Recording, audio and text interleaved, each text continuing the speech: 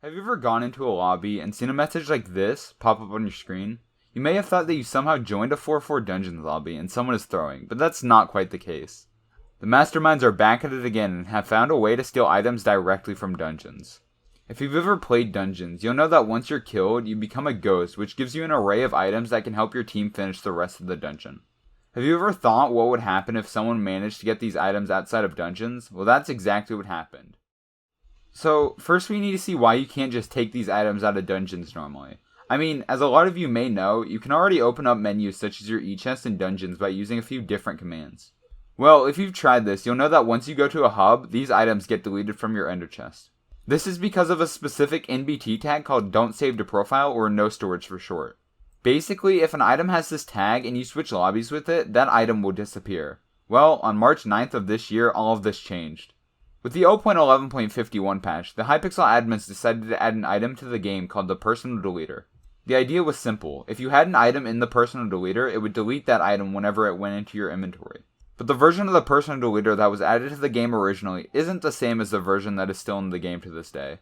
You see, back when the personal deleter was first added, it behaved quite strangely. When you would put an item into the deleter, it would put the actual item into the deleter menu, which you could then take out instead of putting a replica of the item like it does now. However, the admins left a minor bug in the deleter within the spaghetti code that is hypixel skyblock. With the previous version of the personal deleter, when you would go to take an item out of it, it would remove a lot of the MBT code from that item that you just took out.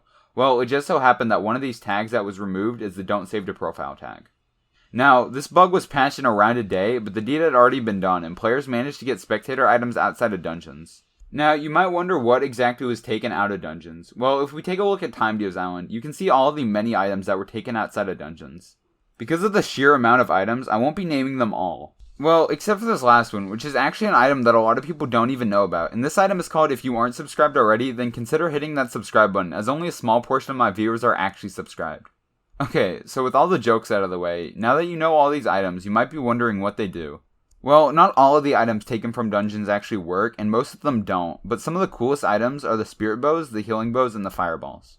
The spirit bow is probably the most common variant due to the fact that it was much easier to obtain than the other items. This is the item that I was talking about at the beginning of the video that causes players to see the player didn't shoot the spirit bow fast enough on their screens. The healing bow, along with every other ghost item, is kept captive by people in TimeDeo's group in Tier 3.